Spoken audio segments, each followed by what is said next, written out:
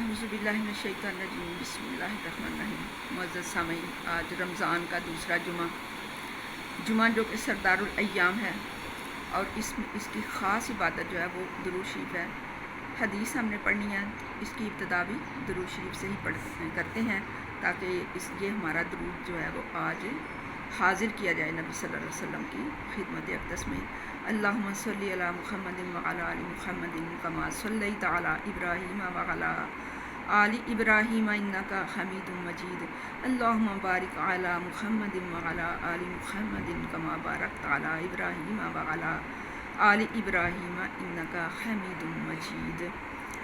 جی، تو جمعہ کے حوالے سے ایک اور بھی بات مجھے یاد آ رہی ہے۔ ہم اس کتاب کو پڑھ رہے ہیں اور کتاب والے کو بھی ساتھ ساتھ دیکھ رہے ہیں کہ یہ کتاب تو ہمارے سامنے ہے، کتاب والا جو ہے وہ سامنے نہیں ہے، تو وہ ان کا کردار کیسا تھا اور وہ کیسی شخصیت تھے جنہوں نے یہ اتنی بلند پایا کتاب جو ہے وہ ہم تک پہنچائی۔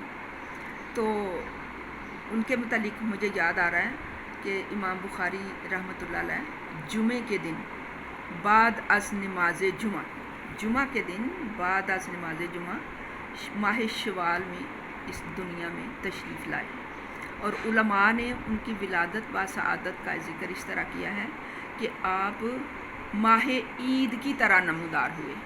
شوال میں چونکہ ماہ عید ہوتا ہے نا، عید کا چاند، تو علماء نے لکھا ہے کہ وہ عید کے چاند کی طرح نمودار ہوئے۔ زیادہ تر علماء نے ان کو کبھی سورج سے، کبھی چاند سے، کبھی ستاروں سے تشبیہ دیا ہے۔ جیسے آپ اس دن میں نے بتایا تھا کہ جب علماء لکھتے ہیں کہ جب بڑے بڑے حفاظ اور بڑے بڑے محدث موجود تھے، لیکن جیسے ہی امام بخاری کا آفتاب علم طلوع ہوا تو باقی محدثین جو تھے وہ ستاروں کی طرح چھپنے لگے۔ تو یہ بہت بڑی ایک علمی شخصیت اور ایسی شخصیت پر جن پر نبی صلی اللہ علیہ وسلم کا دست کرم مسلسل رہا۔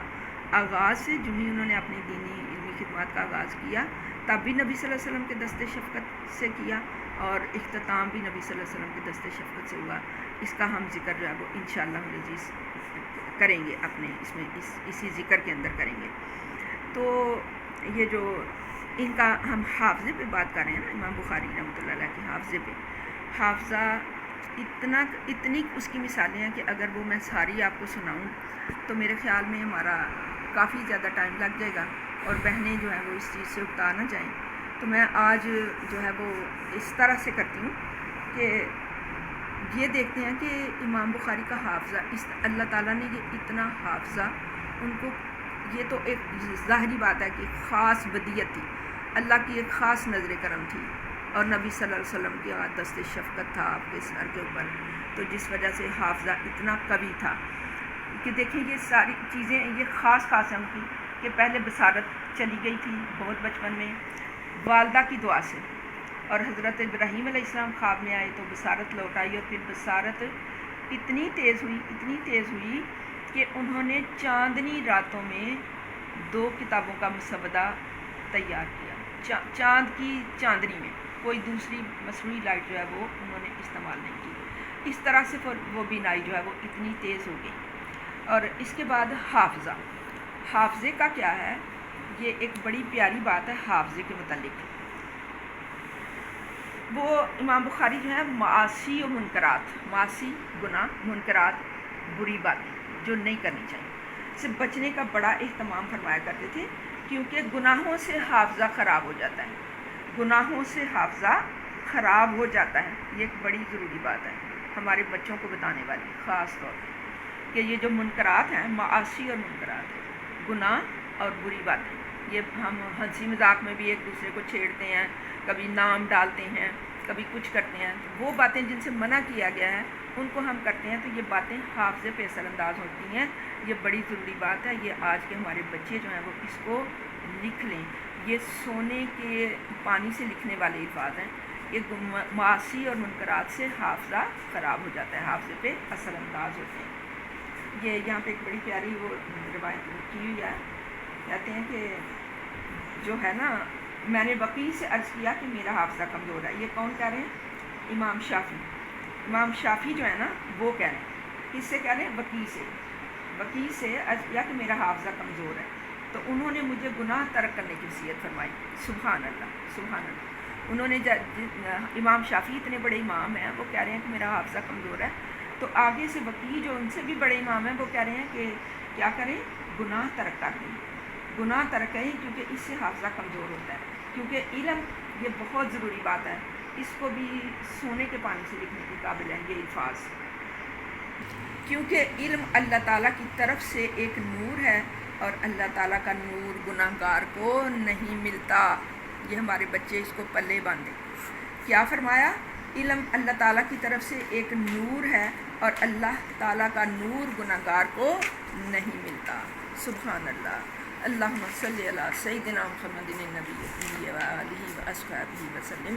آئیے آج کی حدیث لیتے ہیں، یہ باب نمبر 37 کی حدیث نمبر 50 اور 51۔ آج میں یہ دونوں پڑھاؤں گی کیونکہ دونوں کا تقریباً ٹاپک سیم ہے۔ حضرت عمر بن خطاب رضی اللہ تعالیٰ عنہ سے حدیث مروی ہے کہ اعمال کا دار و مدار نیت پر ہے۔ آپ کو یاد ہوگا کہ جو ہم نے سب سے پہلی حدیث پڑھی تھی بخاری شریف کی، وہ یہی تھا انما الاعمال بالنیات۔ اب یہ پھر آئی ہے، یہ جیسے جیسے ان کو بخاری صاحب کو حدیث ملتی گئی ہیں، جیسے جیسے روایتیں ملتی گئی ہیں، وہ اس کے اندر درج کرتے گئے ہیں۔ تو یہاں پہ حدیث دوبارہ آئی ہے کہ اعمال کا دار و مدار نیت پر ہے۔ شروع کتاب میں گزر چکی ہے یہ حدیث، البتہ اس مقام پر ہر انسان کو وہی ملے گا جو وہ نیت کرے گا۔ یہاں پہ ان الفاظ کا اضافہ ہے، وہاں پر تھا کہ نیتوں کا دار و مدار جو ہے وہ عملوں کا دار و مدار نیت پر ہے، یہاں پر ہے ہر انسان کو وہی ملے گا جو وہ نیت کرے گا، یعنی اس کی اپنی نیت جتنی خالص ہوگی اتنا اس کو ثواب زیادہ ملے گا۔ یہ بات کچھ اضافہ ہے کہ اگر کوئی اپنا وطن، یعنی دیکھیں ہجرت کرتے ہیں نا لوگ، لیکن اگر کوئی اپنا وطن اللہ کے لیے چھوڑتا ہے تو وہ اس کو ہجرت کا ثواب ملے گا، اور اگر وہ دوسرے امور کے لیے، کاروبار یا اس طرح کے خانگی امور کے لیے چھوڑتا ہے اور وہ نیت نہیں کرتا ثواب کی، تو اس کو وہ ہجرت والا ثواب جو ہے وہ نہیں ملے گا۔ اگر کوئی اپنا وطن اللہ اور اس کے رسول کے لیے چھوڑے گا تو اس کی ہجرت اللہ اور اس کے رسول کی طرف ہوگی۔ پھر انہوں نے باقی حدیث کو بیان کیا جو پہلے گزر چکی ہے، وہی انما الاعمال بالنیات، ٹھیک ہے۔ یہ 51 نمبر حدیث دیکھیے۔ حضرت ابو مسعود رضی اللہ تعالیٰ روایت ہے کہ نبی صلی اللہ علیہ وسلم بیان کرتے ہیں کہ آپ نے فرمایا، جب مرد اپنی بیوی پر ثواب کی نیت سے خرچ کرتا ہے تو وہ اس کے حق میں صدقہ ہوتا ہے۔ یعنی دیکھیں کتنی پیاری بات ہے، کتنی ضروری بات ہے ہمارے لیے کہ ہم خرچ کرتے ہیں اپنے بال بچوں پر، مرد بھی کرتے ہیں، عورتیں بھی کرتی ہیں۔ تو اگر ہم ویسے ہی بس ایک روٹین میں خرچہ کرتے چلے جا رہے ہیں، کرتے چلے جا رہے ہیں، اور ثواب کی نیت نہیں باندھی، دل میں نیت نہیں کی کہ یہ میں ثواب کے لیے کر رہا ہوں، تو اس کا وہ ویسے ہی ہم نے خرچہ کر دیا۔ لیکن اگر ہم خرچ کر رہے ہیں اور اس کے ساتھ اللہ کے ساتھ حسن نیت کر رہے ہیں کہ یا اللہ میں یہ صدقہ کی نیت سے کر رہا ہوں تو مجھے اس کا ثواب عطا کرنا، تو اللہ تعالیٰ اس کو صدقے کا ثواب بھی دے گا۔ معلوم ہوا کہ اپنے اہل و عیال پر خوش دلی سے خرچ کرنا بھی باعث ثواب ہے، اپنے اہل و عیال پر خوش دلی سے خرچ کرنا بھی باعث ثواب ہے۔ وہ بہن بھائی دونوں، ماں بھی کرتی ہیں، باپ بھی کرتے ہیں اپنی اولاد پہ خرچہ۔ تو یہ سمجھ لیں کہ اگر ثواب کی نیت ہو، اس کے بغیر ثواب کی نیت اگر نہیں کرتے تو ذمہ داری تو ادا ہو جائے گی لیکن ثواب نہیں ملے گا۔ لیکن اگر ہم اس کی نیت کر لیتے ہیں صدقے کی تو ذمہ داری بھی ادا ہوگی اور ثواب بھی ملے گا۔ ہمارا دین جو ہے وہ عام کے عام، گٹھلیوں کے دام، ہم خرما و ہم ثواب، تو دونوں کام کریں۔ انفاق تو ہم نے کرنا ہے، اپنے گھر بار پہ بھی کرنا ہے، انفاق فی سبیل اللہ بھی کرنا ہے، دوسرے لوگوں پر بھی کرنا ہے، تو نیت جو ہے وہ ضرور باندھیں، نیت ضرور کریں۔ حسن عمل کی جو نیت ہے وہ اس کا ثواب ہے۔ انما الاعمال بالنیات، اور کیا کہ ہر بندے کو جو ہے وہ اس کی نیت کے مطابق جتنی خالص نیت ہوگی اتنا اس کو ثواب ملے گا۔